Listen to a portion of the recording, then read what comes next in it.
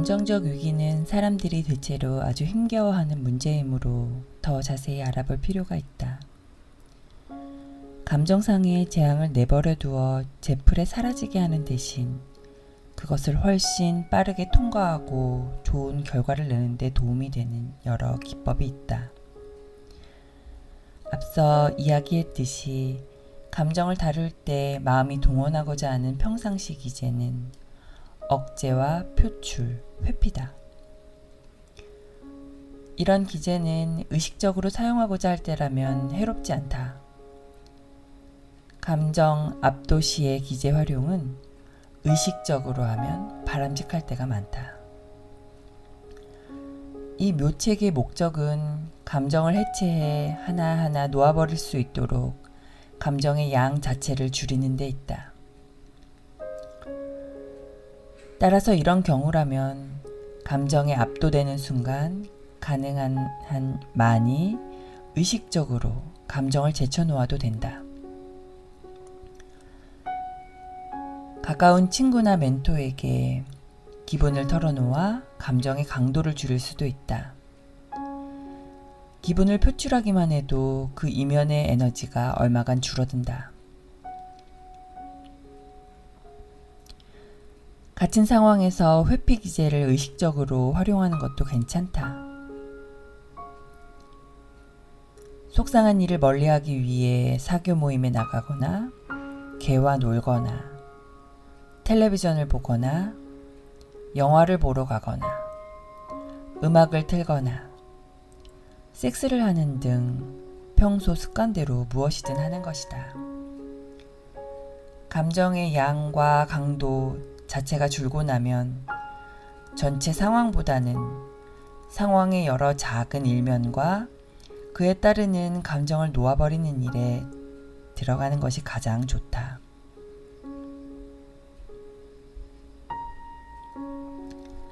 방법의 요점을 명확히 제시하기 위해 어느 회사에서 오래 일하다 실직해 절망이라는 감정에 압도당한 남자의 예를 들어보자.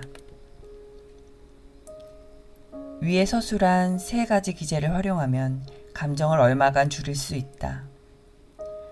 그 후에는 일타와 관련된 사소한 것들을 돌이켜볼 수 있다.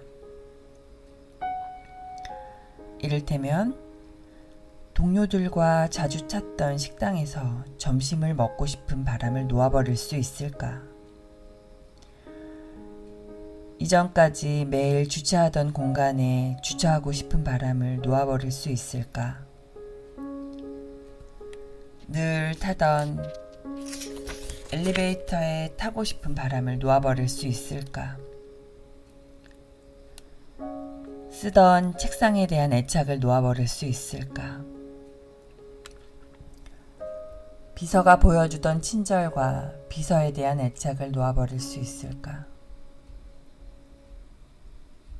쓰던 컴퓨터에 대한 애착을 놓아버릴 수 있을까? 매일 같은 상사를 보던 일을 놓아버릴 수 있을까? 사무실 소음이 주던 친숙한 느낌을 놓아버릴 수 있을까?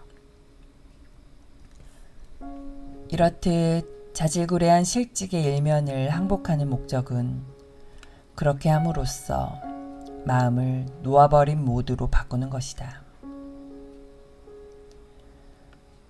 마음이 놓아버린 모드로 바뀌면 용기의 수준으로 올라갈 수 있다.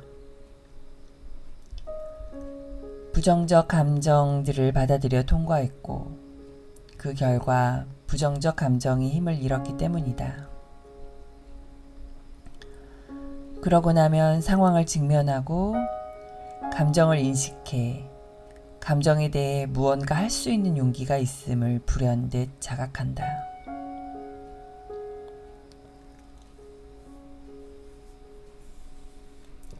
사소한 것을 항복하면 기묘하게도 중심 사건이 주는 억압 또한 점차 덜해진다. 이러한 현상이 일어나는 이유는 한 가지 감정의 항복 기제를 사용하면 감정 전부를 동시에 항복하는 것과 같기 때문이다. 이는 마치 감정 모두의 이면에 동일한 에너지가 있어서 한쪽 방향에서 항복하면 표면상으로는 반대 방향에 있는 듯한 감정까지 항복하는 것과 같다. 이 점은 임상체험의 문제라 공감하려면 각자 개인적으로 시도해야 한다. 억제, 표출, 회피, 사소한 면에서의 항복이라는 위의 4가지 방법을 적용하고 나면 이제 5번째가 명확해진다. 사실 모든 강한 감정은 여러 부수적 감정이 합성된 것이라 전체 감정 복합체 또한 해체가 가능한 것이다. 이를테면 실직한 사람은 처음에는 절망에 압도당한 느낌을 받는다.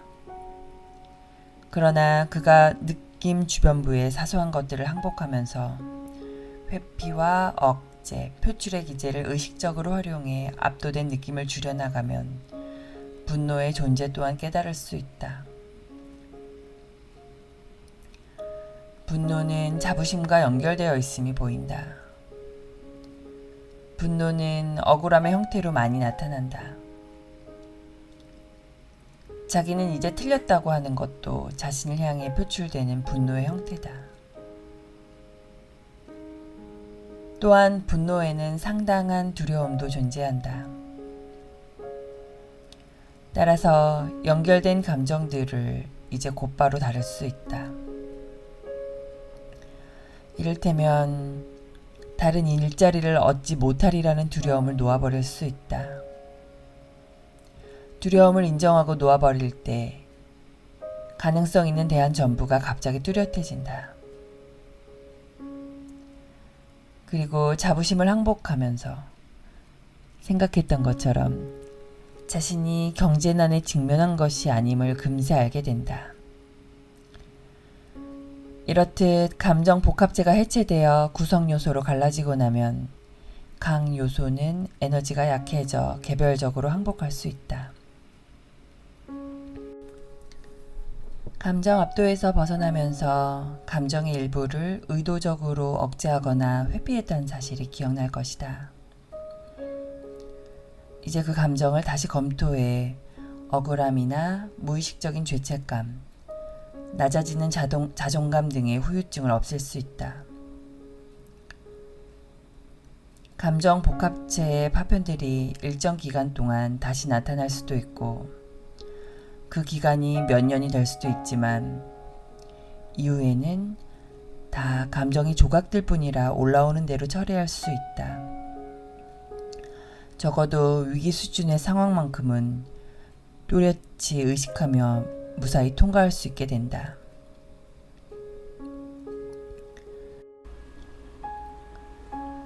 위기 처리를 지적 수준이 아니라 감정 수준에서 하면 위기 지속 시간이 극적으로 줄어든다. 실직한 사람의 경우 지적 수준에서 위기를 처리하면 가진 생각과 가상 시나리오가 수없이 떠오른다. 생각이 폭주하는 탓에 밤마다 잠 못 이루는 고통을 받으며 마음은 위기를 검토하고 또 검토한다. 아무런 성과도 없다. 이면의 감정을 항복할 때까지 온갖 생각만 꼬리를 물 것이다. 아주 오래전에 감정적 위기를 겪고 지금까지도 회복하지 못한 사람들이 있다. 그들은 그 위기로 인해 삶 전체가 악영향을 받았고 이면의 감정을 다루는 노하우가 없는 대가를 톡톡히 치렀다. 삶의 위기를 성공적으로 처리하면 이로운 점이 많다. 그중 하나로 억제하거나 억압된 감정이 크게 줄어든다. 위기로 인해 올라온 감정을 포기한 결과 저장고에 남은 양이 크게 줄어든 것이다. 삶에서 무슨 일이 닥쳐도 해결하고 견딜 수 있다는 자각이 있기에 자존감과 자신감이 커진다. 삶에 대한 두려움이 전반적으로 줄어들고 삶을 스스로 통제한다는 느낌이 커지며 타인의 고통에 대한 연민이 깊어지고 다른 사람이 비슷한 상황을 헤쳐나가도록 도울 수 있는 능력이 높아진다. 역설적으로 삶의 위기 뒤에는 길든 짧든 평화와 고요가 이어지는 시기가 오는 경우가 많다. 혹은 신비한 경험을 하는 수준에 이르기도 한다. 영혼의 어두운 밤을 거친 후에 높은 자각 상태에 이르는 경우가 많다. 이런 역설을 보여주는 사례 중 사람들이 가장 많이 알고 있는 것으로 임사 체험자들의 경험이 있다. 시중에는 임사 체험을 다룬 책이 많이 나와 있는데 거기엔 모두 공통점이 있다. 그들이 직면한 공포 중의 공포, 즉 죽음이 주는 두려움과 충격이 깊디 깊은 평정과 평화, 일체성, 두려움에 대한 면역성으로 대체된다는 것이다. 그들 중 많은 이가 비상한 능력을 얻거나 치유자가 되거나 영안이 생기거나 영적 광명 상태에 들어섰다. 비약적인 성장을 이루고 뜻하지 않게 새로운 재능까지 생기는 경험을 하는 것이다. 이렇듯 삶의 모든 위기는 의식을 뒤바꿔 새롭게 도약하게 해주며 옛것을 놓아버려 새것이 탄생하게 해줄 씨앗을 품고 있다. 안녕하세요. 아난다의 변심 이야기 아난다입니다. 오늘도 계속해서 놓아버림 읽고 있는데요. 오늘은 64페이지 감정적 위기 다루기 소 챕터를 읽어드렸어요. 어떠세요? 전 이 부분 읽으면서 되게 깜짝 놀랐어요. 사실 아마 이 놓아버림이라는 책에 끌렸던 이유가 제가 겪고 있는 어떤 감정적 위기를 처리하지 못하는 상황이었기 때문이었을 거예요. 딱 이 부분 지금 읽어드렸던 10분 남짓 때는 이 안에 감정적 위기에 빠졌을 때 할 수 있는 그 모든 것이 담겨 있더라고요. 정말 말 그대로 아마 체험해 보신 분들은 완전 공감하실 거예요. 여기 이 데이비드 호킨스 박사님께서도 말씀하시는데 이제 이런 과정들 이거는 글로 그리고 귀로 듣는 걸로만은 너무 아쉬워요. 이런 말씀하시죠? 이 점은 임상 체험의 문제라 공감하려면 각자 개인적으로 시도해야 한다. 해보면 이 효과를 너무나 즉각적으로 체험하게 돼요. 그리고 뒷부분에 이야기된 대로 내가 방금 전까지 겪었던 감정적 위기가 이런 선물을 주려고 나에게 찾아왔었구나 하는 감사함이 저절로 퍼져나가더라고요. 물론 문제는 자꾸 까먹는다는 거죠. 저도 이번에 방송 준비하면서 이 책 다시 읽고 나서야 요 부분에 정말 이 모든 것이 다 들어있구나 라는 걸 다시 한번 깨우치게 됐어요. 이 책 되게 오랫동안 근처에 두고 살고 있었는데 그 사이에도 되게 여러 가지 감정적 위기를 물론 엄청나게 큰 것들은 아니었을지 모르지만 겪었었는데 그때마다 이걸 떠올릴 수 있었더라면 훨씬 더 수월하게 현명하게 그리고 그 위기라고 느껴지는 위험이라고 느껴지는 기회가 주는 선물을 더 깊게 누릴 수 있었을 텐데 하는 아쉬움이 조금 남네요. 하지만 아마도 그런 모르고 지나갔던 그 시행착오의 시간들이 있기 때문에 지금 여러분과 나누는 이 시간이 저한테 더 깊게 다가오는지도 모르겠어요. 어쩌면 제게 이렇게 정리된 형태로 감정적 위기를 다루는 이 방법론이 찾아오는 타이밍은 딱